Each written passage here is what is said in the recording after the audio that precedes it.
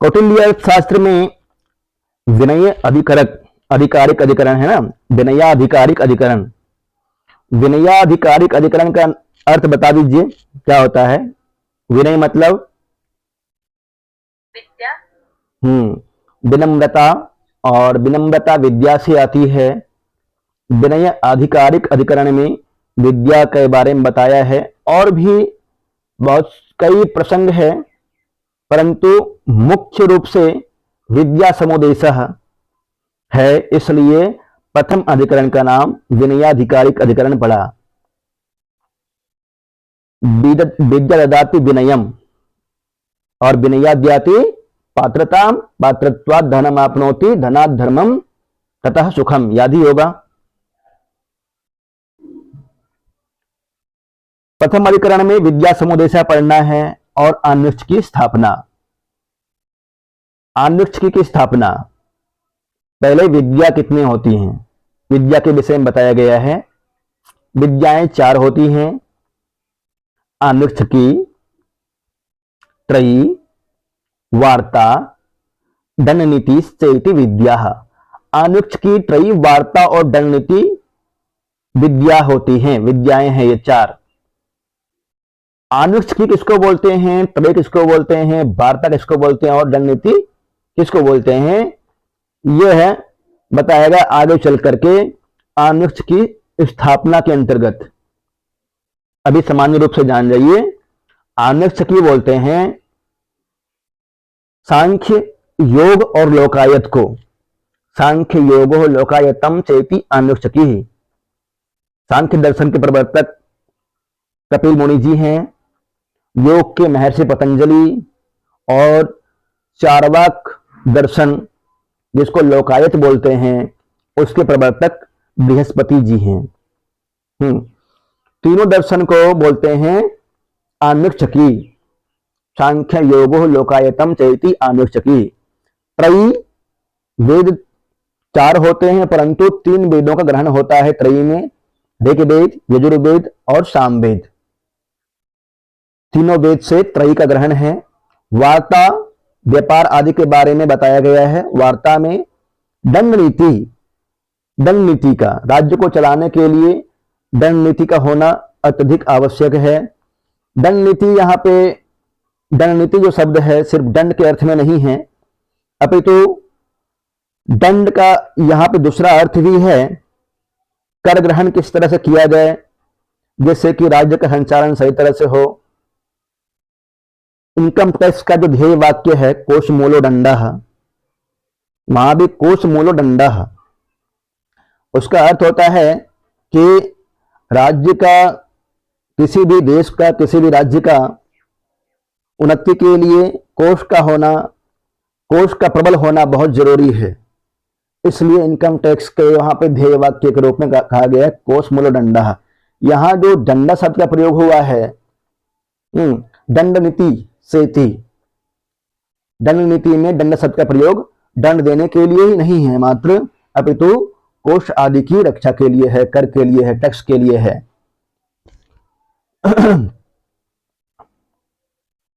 तई वार्ता दंड नीति सेति मानवः, मनु हुए हैं जिन्होंने मनुस्मृति लिखा है, उनके अनुसार 3 ही विद्याएं होती है, त्रयी, वार्ता और दंड नीति।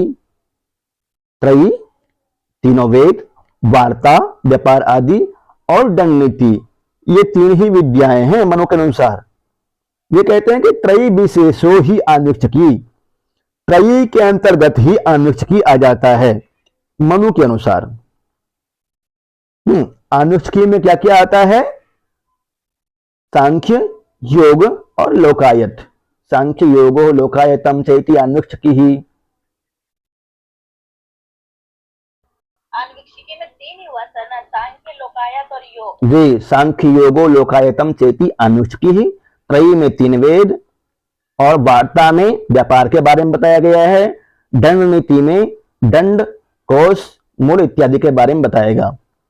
वार्ता दंड नीति चेति बारहस्पत्यः, बृहस्पति के अनुसार, बृहस्पति चार्वाक दर्शन के प्रवर्तक भी हैं ना, लोकायत दर्शन के, वार्ता दंड नीति सेति बृहस्पत्य, बृहस्पति के अनुसार वार्ता और दंड नीति दो ही विद्या है।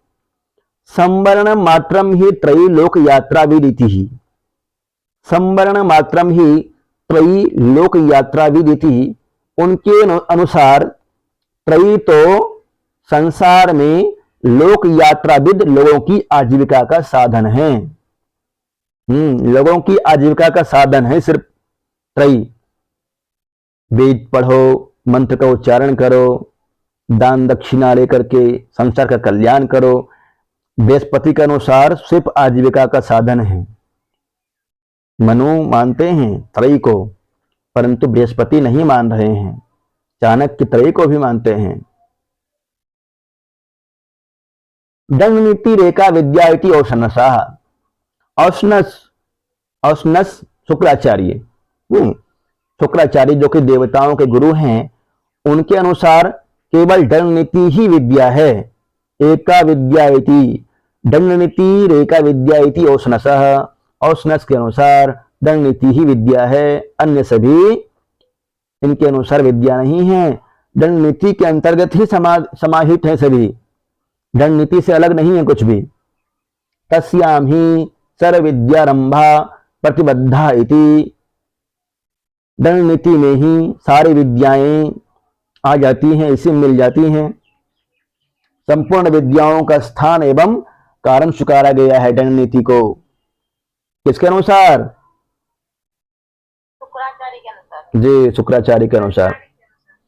चतस्रः एव विद्या इति कौटिल्यः, चतस्रः एव विद्या इति कौटिल्यः, कौटिल्य जिनकी रचना अर्थशास्त्र है, इनके अनुसार चार विद्याएं होती हैं। कौन कौन से हैं? आन्वीक्षिकी, त्रयी, वार्ता और दंड नीति। ये चारों विद्याएं कौटिल्य के अनुसार है। मनु के अनुसार तीन, त्रयी, वार्ता और दंड नीति। बृहस्पति के अनुसार दो विद्या, वार्ता और दंड नीति।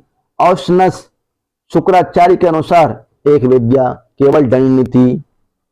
संवरणम मात्रम ही लोक यात्रा विदिति ही, त्रयी तो संसार में जीविका का साधन मात्र है, आजीविका का साधन मात्र है, यह बृहस्पति बोलते हैं।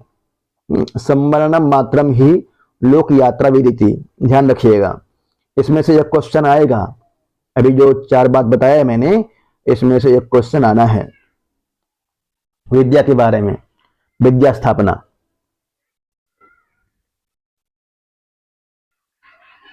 आगे देखिए कहा गया है, सांख्यम योगो लोकायतम चेति आनुष्की। सांख्य योग और लोकायत को आनुष्की बोलते हैं, बताया था अभी आपको। धर्मा धर्मो त्रय्याम, त्रय्याम त्रयी में वेद में क्या वर्णन है जी? धर्म और अधर्म के बारे में, क्या करना चाहिए क्या नहीं करना चाहिए, क्या धर्म है क्या धर्म है, इसका वर्णन वेद में मिलता है, ऋग्वेद, यजुर्वेद, सामवेद में। अर्थानर्थो वार्तायाम, वार्तायाम व्यापार में, व्यापार में अर्थ होगा, लाभ होगा या अनर्थ होगा, लाभ या हानि, कभी लाभ हो गया कभी हानि हो गया। वार्ता में कुशित कर्म भी आता है, कुशित कर्म कहते हैं ब्याज लेना, ब्याज भी व्यापार का ही एक हिस्सा मानते हैं कौटिल्य जी। कुशिदम च पशुपाल्यम च, पशुपालना भी वार्ता के अंतर्गत ही आता है। पशुपालना, ब्याज लेना, व्यापार करना। नया अपनयो दंड नित्याम, दंड नीति में क्या वर्णन होगा? नय और अपनय का। नीति अपनीति के बारे में, कोई अच्छा काम करेगा तो उसको नीति के द्वारा प्रोत्साहन दिया जाएगा, और खराब काम करेगा तो उसको दंड दिया जाएगा। नीति और अपनीति का वर्णन किया गया है। और कितना टैक्स लेना है, फरवरी माह में जिस तरह से फरवरी के बजट में वित्त मंत्री आकर के देश के सामने रखती है कि इस बार किस वस्तु पर कितना टैक्स लगाया जाता है और किस क्षेत्र में हम कितना पैसा लगाएंगे, शिक्षा में कितना बजट है, रेल में कितना बजट है, अन्य क्षेत्र में कितना है, सबके लिए अलग अलग बजट पेश किया जाता है, वह दंड नीति के अंतर्गत आ जाएगा। बजट पेश करने वाला, कर इकट्ठा करना। समझ गए यहां तक? जी सर। बला बले चैतासाम हेतुभिर अनुक्षकी लोकस्योपकरोति व्यसने अभ्युदये च बुद्धिम अवस्थापयति प्रज्ञा वाक्य क्रिया वैसारध्यम च करोति। अनुक्षकी के बारे में बताया गया है कि अनुक्षकी क्या करता है। त्रयी आदि विद्याओं की प्रधानता बलाबल को भिन्न भिन्न युक्तियों से निर्धारित करती हुई आनुक्ष की विद्या लोक का उपकार करती है, लोकस्य उपकरोति। और व्यसने अभ्युदये च, व्यसने मतलब दुख में, अभ्युदये च सुख में, बुद्धिम अवस्थापयति बुद्धि को स्थिर रखती है आनुक्ष की विद्या, सांख्य योग और लोकायत। प्रज्ञा वाक्य क्रिया वैसारध्यम च करोति, प्रज्ञा वाक्य क्रिया वैसारध्यम च करोति। और बुद्धि में सोचने, विचारने, बोलने तथा कार्य करने में योग्यता लाती है, बुद्धि को सक्षम बनाती है। व्यसने अभ्युदये च बुद्धिम अवस्थापयति का आनुक्ष की जी। प्रदीपः सर्वविद्यानां उपायः सर्वकर्मणां आश्रय सर्वधर्माणां शाश्वत अन्वेक्षकी मतः। प्रदीप मतलब होता है दीपक, प्रदीप्त करने वाला, प्रकाशित करने वाला। प्रदीप सर्वविद्यानां सभी विद्याओं का प्रकाशक है। कौन? अनुक्षकी। उपायः सर्वकर्मणां और सभी कार्यों का, उपाय मतलब साधन है, सभी कार्यों को करने का साधन है अनुक्षकी। आश्रय सर्वधर्मानां और सभी धर्मों का आश्रय है, अवलंबन है। शाश्वत अनुक्षकी मतः, उसी को अनुक्षकी बोलते हैं। सभी विद्याओं का प्रकाशक है, सभी कर्मों का, सभी कार्यों का वो साधन है और सभी धर्मों का अवलंबन है, आश्रय है। सभी धर्म इसके ऊपर आश्रित है, जिसको बोलते हैं अनुक्षकी। बृहस्पति का दर्शन, बृहस्पति किस दर्शन का प्रवर्तक है? चारवाक का। और चारवाक के अनुसार पुरुषार्थ कितने होते हैं? नहीं, चारवाक के अनुसार दो ही पुरुषार्थ है, अर्थ और काम। नहीं, अर्थ और काम दो ही है। पैसा कमाओ जहां से हो सकता है। ऋणं कृत्वा घटं पिबेत भस्मीभूतस्य देहस्य पुनरागमनं कुतः यावत् जीवे सुखम जीवेत। ऋणं कृत्वा घटं पिबेत भस्मीभूतस्य देहस्य पुनरागमनं कुतः, कहता है जब तक जियो सुखपूर्वक जियो, चाहे ऋण लेकर के घी पीना पड़े पियो। शरीर जब चला जाता है, भस्म हो जाता है, तो पुनः आगमन नहीं होता है। इस तरह से चारवाक का मत है, बृहस्पति का मत है। जब वो इस तरह का मत रखता है, वैसा विचार है, तो वेद के मंत्रों को कहां मानेगा वो तो कहता है ऐसे ही लोगों के द्वारा बोल दिया गया है, वेद मंत्र कुछ नहीं है। उसके अनुसार ब्राह्मण वेद मंत्रों को उच्चारण करता है तो सिर्फ जीविका के लिए करता है। संसार में जीविका का साधन मात्र है वेद मंत्र, मतलब त्रयी। बृहस्पति के अनुसार हमारी तो बहुत अच्छी श्रद्धा है वेद में। सृष्टि के आदि में वेद की रचना हुई थी, ईश्वर ने रचना की है और वेद से बढ़कर कुछ भी नहीं है। परंतु बृहस्पति कहता है कि सिर्फ लोक यात्रा विदिति ही, संवरण मात्रम ही लोक यात्रा विदिति, वह संसार में जीविका का साधन मात्र है। क्योंकि अर्थ और काम को मान रहा है ना, सिर्फ पैसा कमाओ और काम भावना से ग्रसित रहो। तीसरा उसके मत में धर्म और पुरुषार्थ मोक्ष तो है ही नहीं। धर्म होगा तब तो मंत्र उच्चारण करेगा और मोक्ष की तरफ जाने की इच्छा होगी तब ना। और तो यहीं पे मोक्ष मानता है, सुरापानम, स्त्री सेवनम, सर्वम मोक्षम। आगे बढ़ा जाए। गुण पुरुषोत्पत्ति उपधाभि शुद्धा अमात्य वर्गो गुण पुरुषान उत्पादयेत। उपधाओं के द्वारा, उपधाएं 4 होती है, धर्मोपधा, अर्थोपधा, कामोपधा और भयोपधा। पुरुषार्थ चतुष्टय में मोक्ष को छोड़ दीजिएगा।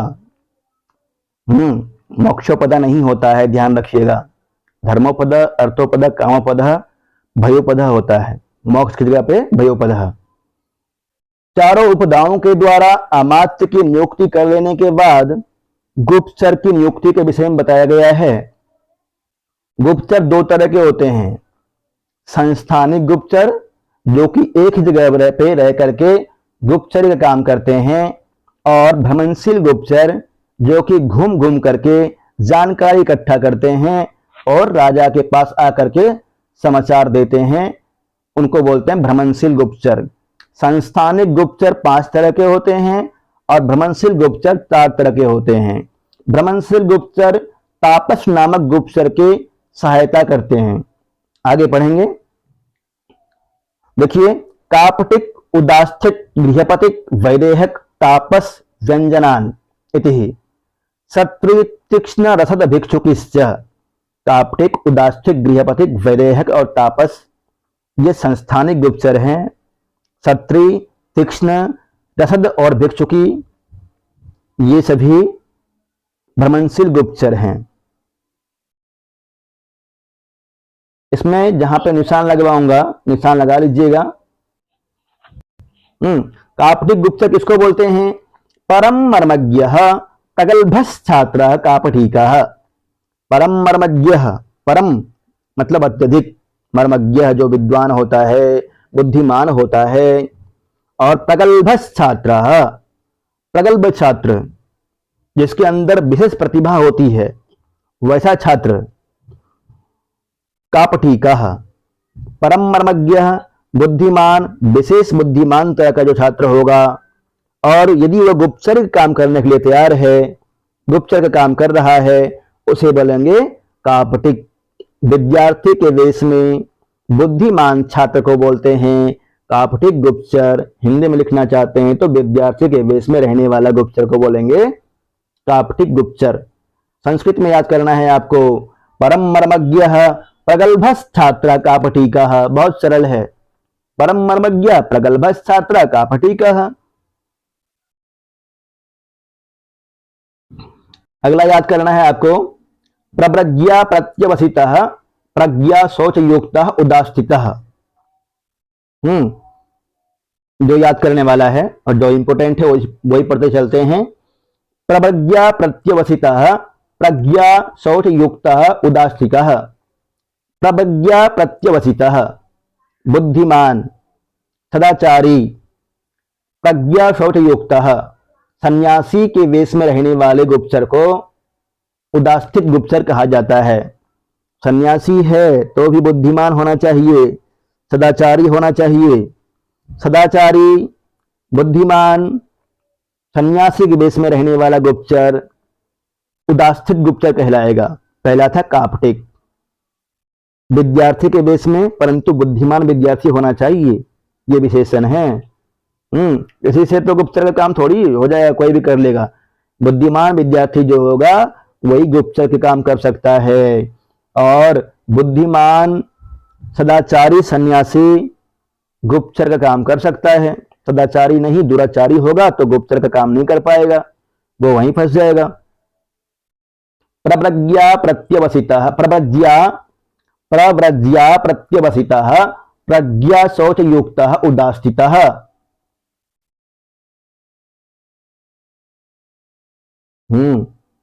सवार्ता कर्म प्रतिष्ठायाम भूमो प्रभुत हिरण्यान्ते वासी कर्म कारयेत। वह अपने साथ बहुत से विद्यार्थी और बहुत सा धन लेकर वहां जाकर विद्यार्थियों द्वारा कार्य करवाए, जहां कृषि, पशुपालन एवं व्यापार के लिए भूमि नियुक्त है। वैसे जगह पे कार्य करवाए जहां कृषि पशुपालन एवं व्यापार के लिए भूमि नियुक्त है। कर्म फलाच सर्वप्रवज्जितानाम ग्रासाच्छादना वसथान प्रतिविदध्यात उस कार्य को करने से जो लाभ हो उससे वह सब सन्यासियों के भोजन वस्त्र एवं निवास का प्रबंध करे। इसमें निशान नहीं लगाएंगे? नहीं, इस पे निशान नहीं लगाना है, बस पढ़ते हुए आगे बढ़िए। वृत्ति कामश्चोपार्जयेत एतेन एव वेशेन राजार्थश्चरितव्यो भक्त वेतन काले चोपस्थातव्यमिति। जो भी इस प्रकार की आजीविका की इच्छा करे उन्हें सब तरह से अपने बस में कर लें और उनसे कहें तुम्हें इसी देश में राजा का कार्य करना है, जब तुम्हारे वेतन तथा भत्ते का समय आए यहां उपस्थित हो जाना।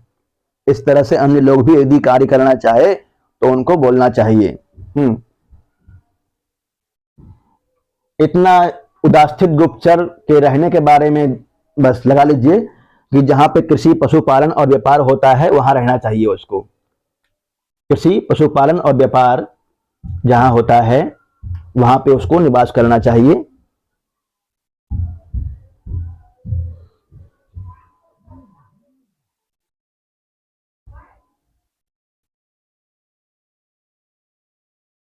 द्वितीय क्लास को टाइम हो गया लगता है,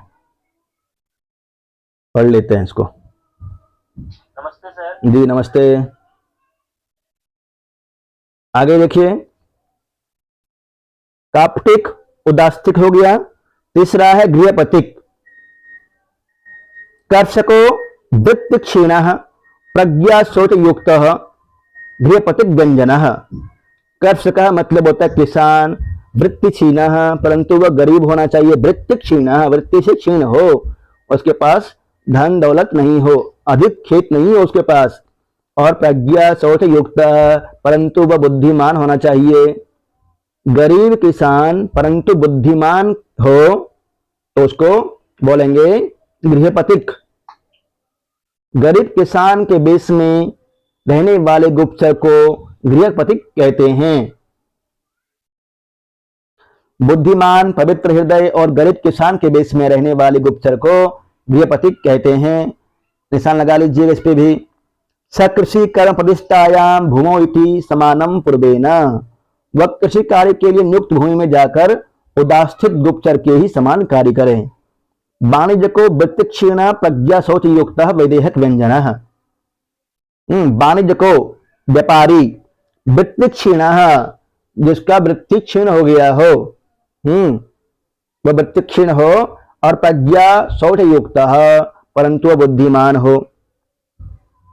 बुद्धिमान, पवित्र हृदय, गरीब व्यापारी के वेश में रहने वाले गुप्तचर को वैदेहक कहते हैं। मृच्छकटिकम का नायक कौन है?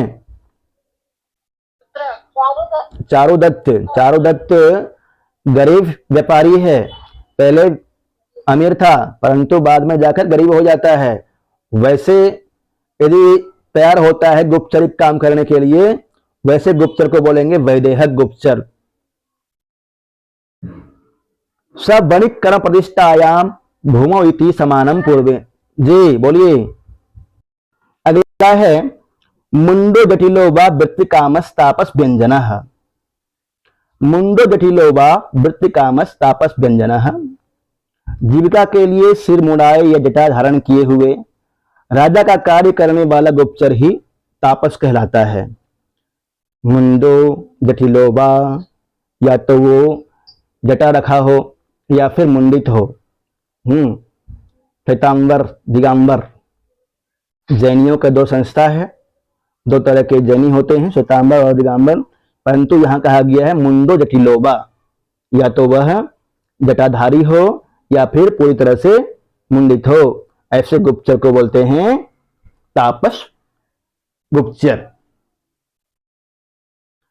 तापस गुप्तचर की अन्य जो गुप्तचर हैं, भ्रमणशील गुप्तचर, ये पांचों गुप्तचर संस्थानिक गुप्तचर है। जहां भी रहे एक जगह पर रह करके जानकारी इकट्ठा करे और राजा को भेज दें, जानकारी राजा के पास पहुंचा दें।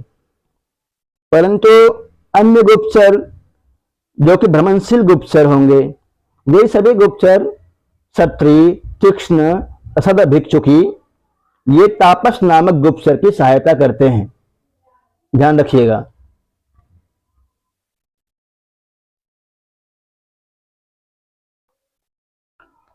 मुंड जटिलोबा वृत्तिकामस तापसः ना, या तो मंडित हो या जटा रखा हुआ हो उसको तापस बोलेंगे। और तापस की सहायता करने वाले कौन कौन से हैं? सर वही पूछने वाला थी अभी आपने, फिर से बोलिएगा सर। क्षत्रिय, तीक्ष्ण, रसद, भिक्षुकी तापस नामक गुप्तचर की सहायता करने वाले भ्रमणशील गुप्तचर जितने भी हैं वे सभी तापस नामक गुप्तचर की सहायता करते हैं। क्षत्रिय, तीक्ष्ण, रसद, भिक्षुकी तापस की सहायता करते हैं और ये भ्रमणशील गुप्तचर हैं। क्षत्रिय गुप्तचर किसको बोलते हैं?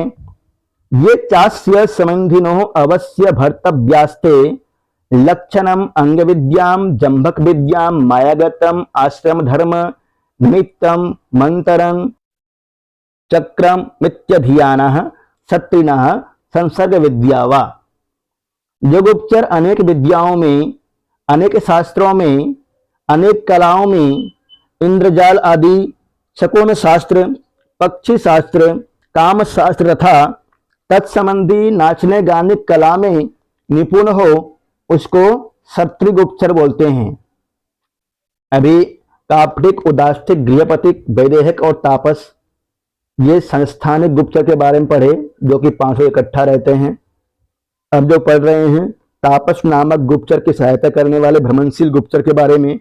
और भ्रमणशील गुप्तचर में प्रथम नंबर पे जो है वह है क्षत्रिय। क्षत्रिय गुप्तचर कहते हैं जो विविध शास्त्रों में निपुण हो, काम आदि, शकुन आदि शास्त्रों में निपुण हो, समुद्र शास्त्र में, काम शास्त्र में और व्याकरण में, सामुद्रिक विद्या में, पक्षी शास्त्र में, सभी शास्त्रों में निपुण हो उसको बोलेंगे क्षत्रिय। ये जनपदे शूरास्त्यक्तात्मानो हस्तिनम व्यालम व द्रव्य हेतु प्रतियोधयेयु ते तीक्ष्णाः। और जो अपने देश में जनपदे शूरा त्यक्तात्मनो हस्तिनम व्यालम व द्रव्य हेतु प्रतियोधयेयु ते तीक्ष्णाः, उसको तीक्ष्ण बोलते हैं। अपने देश में रहने वाले ऐसे व्यक्ति जो द्रव्य के लिए अपने प्राणों की भी परवाह ना करके हाथी, वाघ और सांप से भी भिड़ जाते हैं उन्हें तीक्ष्ण कहते हैं। क्षत्रिय के बाद तीक्ष्ण, तीक्ष्ण किसी से भिड़ जाए, अपने प्राणों की परवाह ना करके किसी से भी भिड़ जाए वो। ये बंधुसु निस्नेहा क्रूराश्चलसाश्च ते रसदाः। अपने भाई बंधुओं से भी स्नेह न रखने वाले, क्रूर प्रकृति और आलसी स्वभाव वाले व्यक्ति को रसद कहते हैं। रसद जहर देने वाला, रसद जहर, जहर देने वाला गुप्तचर को बोलेंगे रसद। ये बंधुसु निस्नेहा, जो बंधुओं से भी स्नेह न करे, क्रूर प्रवृत्ति का हो और आलसी हो उसे रसद कहते हैं। परिव्राजका वृत्तिकामा दरिद्रा विधवा प्रगल्भा ब्राह्मण्यंता पूरे वृत्तिकामा वृत्कृत सत्काराः महामात्र कुलान्यधिगच्छेत। आजीविका की इच्छुक, दरिद्र, प्रौढ़ विधवा, दबंग, ब्राह्मणी, रनिवास में सम्मानित प्रधान अमात्यों के घर में प्रवेश करने वाली, परिव्राजिका सन्यासी के वेश में खुफिया काम करने वाली जो गुप्तचर होती हैं उसको बोलते हैं। चौथे नंबर पे क्षत्रिय, तीक्ष्ण, रसद और अंतिम कौन सा है? भिक्षुकी। भिक्षुकी बोलते हैं उसको। चारों गुप्तचर के बारे में याद कर लीजिएगा। उधर जो संस्थानिक गुप्तचर है उसके बारे में भी याद कर लीजिएगा। इसमें से भ्रमणशील गुप्तचर में आपको ध्यान रखना है, पहला वाला में अनेक शास्त्रों में जो निपुण होता है उसको क्षत्रिय बोलते हैं। तीक्ष्ण जो बाघ आदि से भी लड़ाई कर ले। रसद जो जहर देने वाला हो। क्षत्रिय, तीक्ष्ण, रसद, भिक्षुकी। तीक्ष्ण में प्राणों की भी परवाह ना करे, जहर दे दे और आलसी हो, भाइयों से भी स्नेह न करने वाला हो। और अंतिम वाला जो विधवा है, परिव्राजिका है, उसको भिक्षुकी बोलते हैं। एतया मुंडा वृषल्यो व्याख्याता इति संचाराः, ये सभी संचार गोपचर हैं। एक बताया गया था संस्थानिक और दूसरा होता है संचारः। संचारः मतलब भ्रमणशील, संस्था संचारः।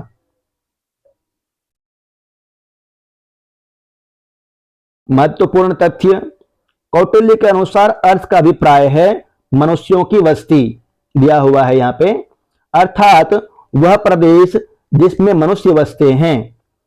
अर्थशास्त्र उस शास्त्र को कहते हैं जिसमें राज्य की प्राप्ति और उसके पालन के उपायों का वर्णन हो। कौटिल्य ने दो प्रकार के संघ राज्यों का उल्लेख किया है। प्रथम संघ राज्य राजा उपाधि धारण करने वाले राजशासित राज्य, दूसरे बिना राजा की उपाधि धारण करने वाले राजशासित राज्य। विधान परिषद और विधानसभा वाली बात, विधायक बन के जाओ और उधर एक तरफ तो विधायक बन के जाते हैं और एक तरफ क्या होता है, विधायक लोग ही नियोजित करते हैं उन लोगों को, अपने तरफ से लगाते हैं। प्रथम संघ राज्य के प्रमुख नाम लिच्छविक, बेजिक, मल्लक, मद्रक, कुक्कुर, कुरु और पांचाल है। उस समय संघ राज्य का नाम दिया गया है लिच्छविक, वृज्जिक, मल्लक, मद्रक, कुकुर, कुरु और पांचाल है। दूसरे संघ राज्य के प्रमुख नाम काम्बोज, सौराष्ट्र, क्षत्रिय और श्रेणी आदि है। कौटिल्य के अनुसार एक चिरस्थायी एवं सर्वांगीण साम्राज्य की सुरक्षा व्यवस्था के लिए मंत्री परिषद का होना आवश्यक है। जातक, महावस्तु तथा अशोक के शिलालेखों में मंत्री परिषद को परिषा कहा गया है। मंत्री परिषद को परिषा कहा गया है, ध्यान रखिएगा, निशान लगा लीजिए इस पर भी। कौटिल्य ने मंत्री परिषद के प्रमुख 4 सदस्य बताए गए हैं। कौटिल्य के अनुसार मंत्री परिषद के प्रमुख 4 भेद होते हैं, सदस्य होते हैं, मंत्री, पुरोहित, सेनापति और युवराज। इस पर भी निशान लगा लीजिए।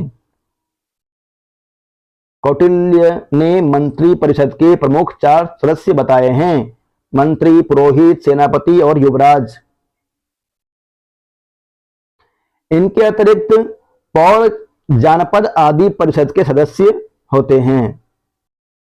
कौटिल्य के अनुसार मंत्री और अमात्य 2 अलग अलग पद थे।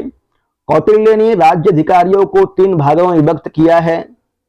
प्रथम श्रेणी में मंत्री, पुरोहित, सेनापति, युवराज। द्वितीय श्रेणी में भौवारिक, अंतवंशिक, प्रशास्त्री, समाहर्ता, सन्निधाता।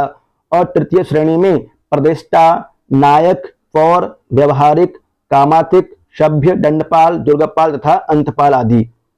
कौटिल्य ने दूतों की 3 श्रेणियां बताई है, इस पर भी निशान लगा लीजिएगा। 2-3 तरह के होते हैं, निश्चिष्टार्थ, परिमितार्थ, शासनहार। निश्चिष्टार्थ, परिमितार्थ, शासनहरः, 3 तरह के दूत होते हैं। कौटिल्य ने कार्यभेद से गुप्तचरों के 9 विभाग किया है, अभी पढ़े ही हैं। काप्टिक, उदास्तिक, गृहपथिक, वैदेहक, तापस, ये संस्थानिक गुप्तचर हैं। क्षत्रि, तीक्ष्ण, रसद, भिक्षुकी, ये संचार गुप्तचर हैं चारों। अर्थ विभाग के अन्य अधिकारियों तथा कर्मचारियों की श्रेणी, सन्निधाता, गोप, कार्मिक, ये याद नहीं करना है आपको। प्रणाम सर। जी प्रणाम। अर्थशास्त्र का मंगलाचरण है नमः शुक्र बृहस्पतिभ्याम, याद कर लीजिएगा, निशान लगा लीजिए। अर्थशास्त्र के मंगलाचरण में शुक्राचार्य और बृहस्पति को नमस्कार किया गया है। प्रथम अधिकरण में प्रमुख प्रकरण है विद्या समुदेश, यहां भी निशान लगाइएगा। विद्या समुदेश, इंद्रिय जय तथा अमात्योत्पत्ति।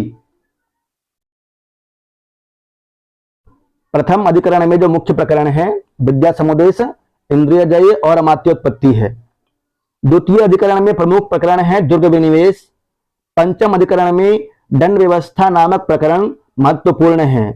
षष्ठ अधिकरण में प्रकृतियों के गुण, शांति तथा उद्योग का वर्णन है। 6 गुणों का उद्देश्य का वर्णन 7वें अधिकरण में है। 8वें अधिकरण का नाम व्यसनाधिकारिक अधिकरण है। 8वें अधिकरण में प्रकृतियों के व्यसन का वर्णन है। नवम अधिकरण में आक्रमण का निरूपण किया गया है।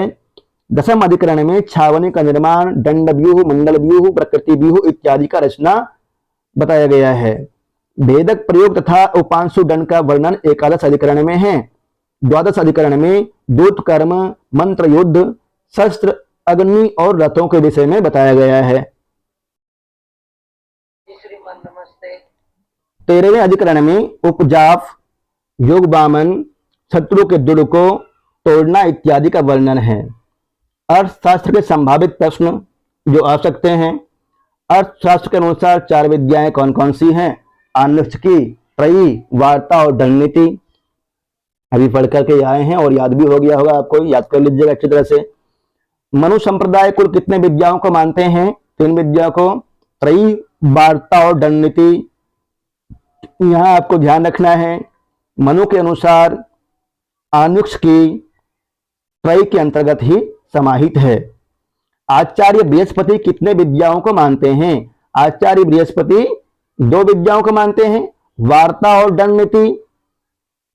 और बृहस्पति के अनुसार त्रयी, लोक यात्रा विदिति, संवरण मात्रम ही लोक यात्रा विदिति, वह केवल संसार में जीविका का साधन मात्र है बृहस्पति के अनुसार।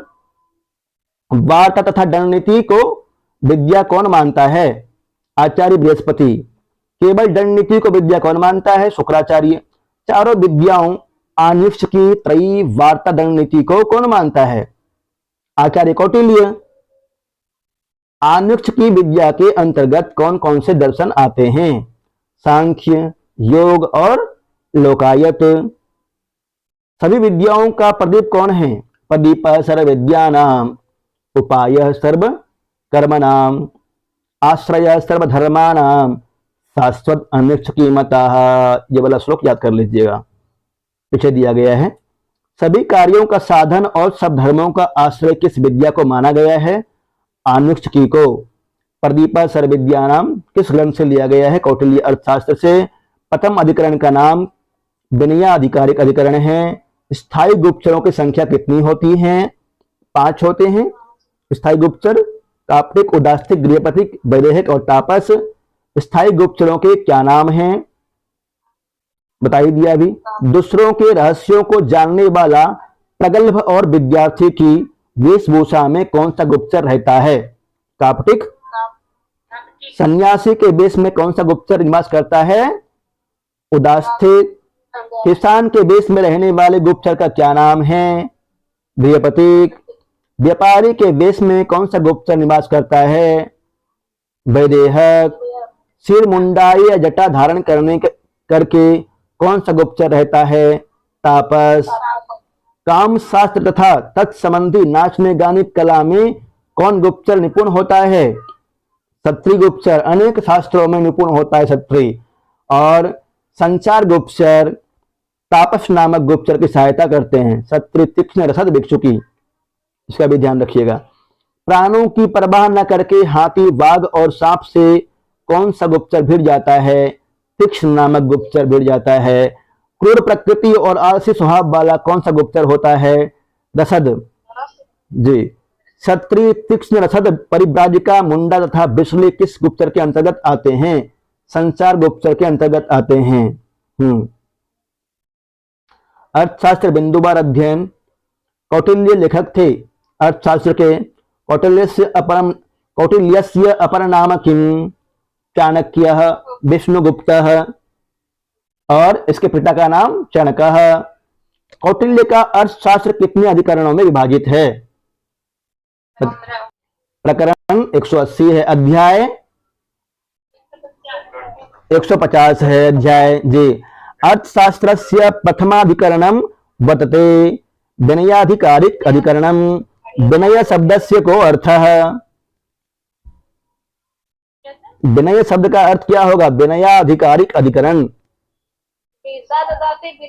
हाँ, विनम्रता जी। विद्या के बारे में बताया गया है। अर्थशास्त्रस्य द्वितीयाधिकरणं वर्तते।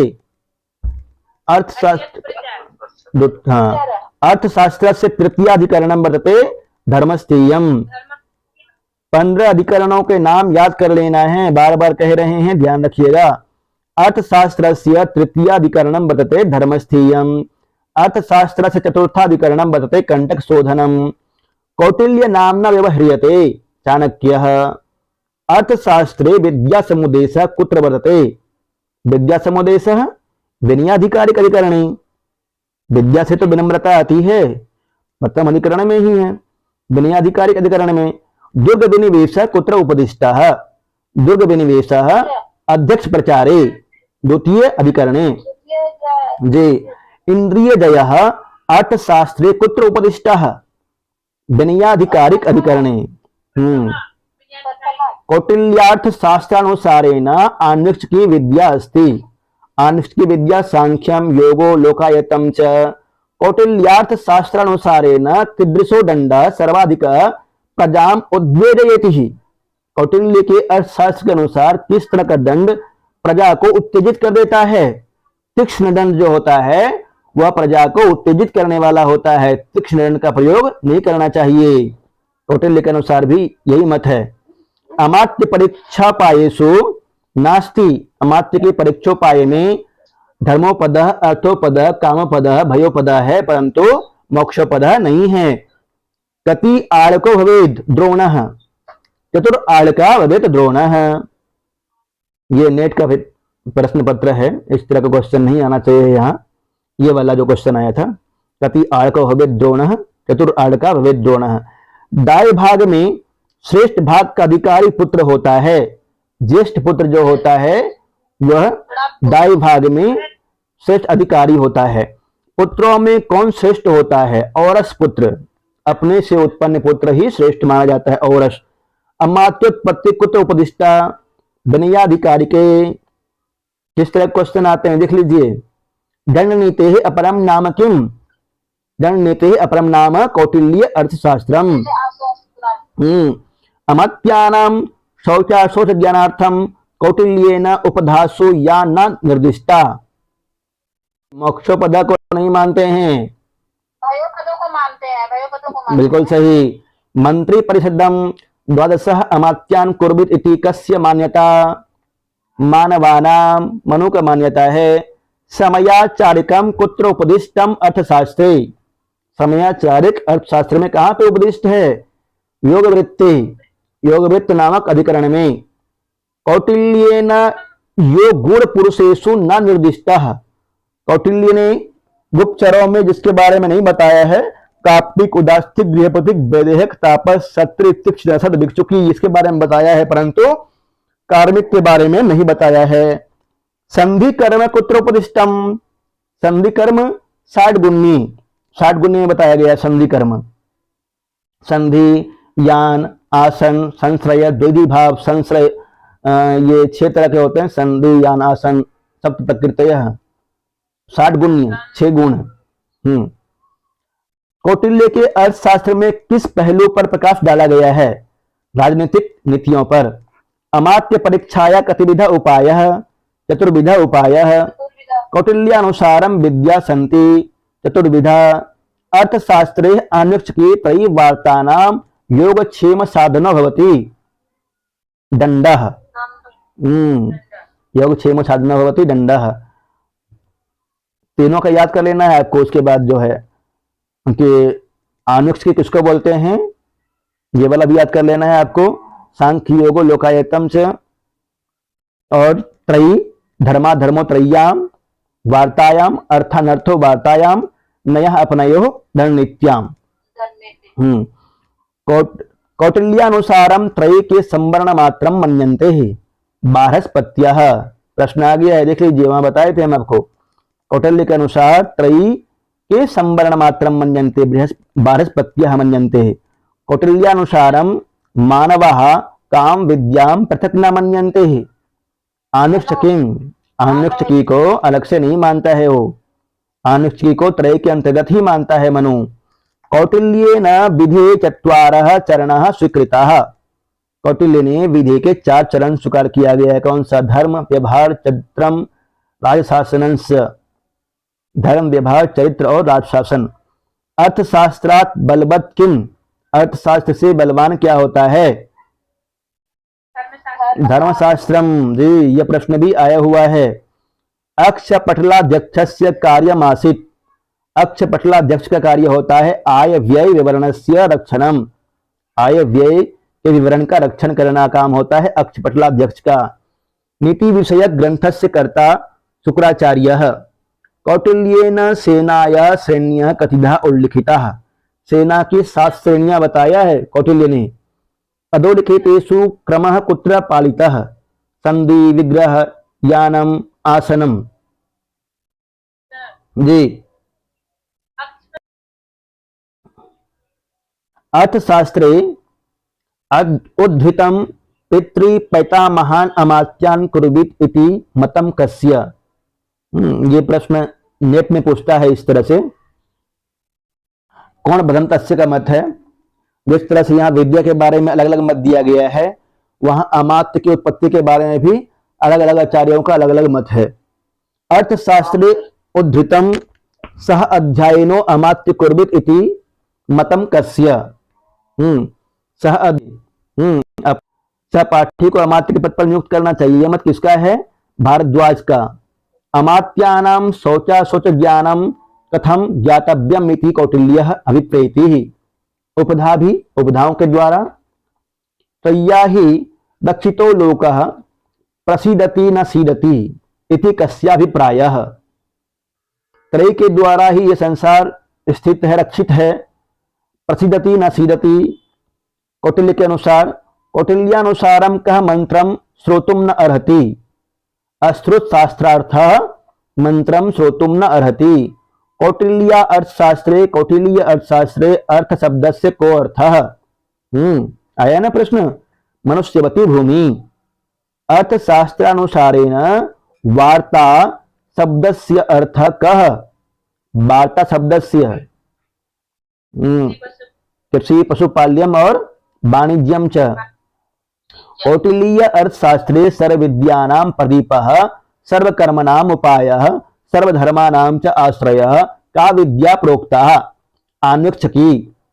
कौटिल्य अर्थशास्त्रे एतत् वैश्यस्य स्वधर्मो न भवति। याजनम वैश्यस्य स्वधर्मो न भवति। याद कर लीजिएगा, ये वाला टॉपिक जो है ना वहां पढ़ लेंगे। भारतीय संस्कृति में चारों क्षत्रिय, ब्राह्मण, क्षत्रिय, वैश्य, शूद्र चारों के बारे में वर्णन किया गया है। मतलब ब्राह्मण का काम है। हाँ, ब्राह्मण का काम है यज्ञ कराना। यज्ञ करना तो सबका काम है, परंतु कराना ब्राह्मण का काम है। ये वाला वहां पढ़ेंगे भारतीय संस्कृति में। यहाँ इतना काफी है और मन लगाकर पढ़िए। जितना दिया हुआ है इतना ही पढ़िए, इसी में क्वेश्चन आएगा, इससे बाहर नहीं होगा, परंतु इतना याद रखिएगा। ना ये होटल का जाएगा, ज्यादा इधर उधर परेशान होने की आवश्यकता नहीं है, इसी में से हो जाएगा। मेहनत कीजिए अच्छी तरह से।